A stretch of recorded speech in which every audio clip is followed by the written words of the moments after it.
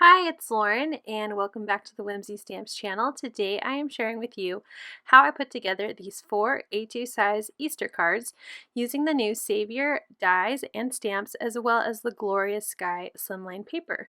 I'm also using the banner from the Slimline Fancy Frame die set and some brown and white papers from my stash.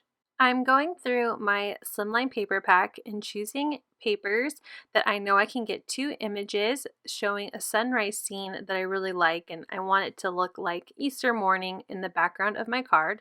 So I have selected 2 of the papers. I'm going to be using my Wonky stitched rectangles as well as the open tomb die from the Savior die set to create my background, and I'm going to cut 4 of those out. I'm going to take that same tomb die on some darker brown cardstock, and I am going to die cut that out, and I'm going to show you how I puzzle piece these pieces in on one of these backgrounds. I'm just using some clear tape that I have from a local store and putting some tape behind all of the openings of my Kraft background, and then I am going to puzzle piece each of those smaller pieces in from the darker brown cardstock so they fit inside and are flush with the Kraft.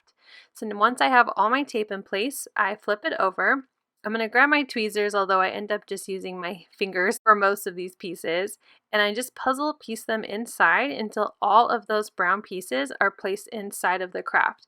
I thought it would give it a little more dimension and color and texture to the background.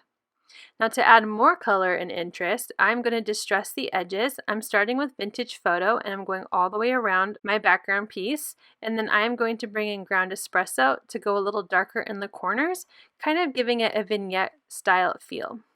I'm using my clear block just to squish some of that ground espresso ink and spritzing it and using a paintbrush to splatter.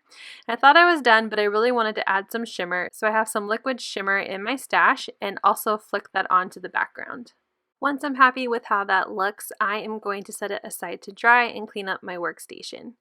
I've cut out my card base out of some dark brown cardstock, the same one I used for puzzle piecing those pieces into the tomb, and I cut it to an A2 size.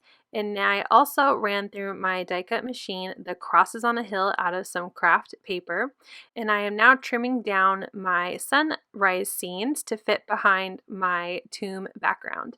I'm using some mint tape to help keep it in place where I want it behind my die cut pieces, and applying wet glue to the back of that sunrise scene and using the die cut pieces as a guide, centering it onto that card base, applying the sky paper directly to that card base. I'm putting some glue on my crosses and using that die cut piece again as a guide, figuring out where I am going to apply that so my crosses are centered outside of the tomb. Now it's time to grab some foam tape and adhere my die cut pieces to the card. So I have a large roll of foam tape and I'm just going to cut pieces of it to layer all around the die cut piece so that way I can adhere this onto my card base with a little bit of dimension. I am centering it to the card base, and there you can see that beautiful sky and crosses are peeking through.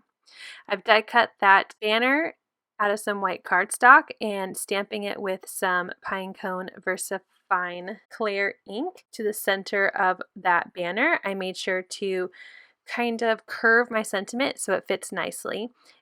I folded the banner on those score lines and I used some wet glue to attach the pieces of the banner to the card, and it was popping up a little more than I wanted it to, so I'm just using some glue dots and putting them in the folded parts of that banner die. I repeated all of these steps again 3 more times to make the 4 cards that you saw at the beginning of this video, and I will share again here. After I have picked up my workstation a bit, I will bring out all 4 of these cards. So here you can see the different scenes I've created with 2 of the Slimline papers to create 4 different scenes. I like that the center of the cards are the bright and colorful parts of the card because of those beautiful sunrise scenes. So here they all are, all stacked up nicely. I am going to put some white paper inside and get them ready to send out as Easter cards.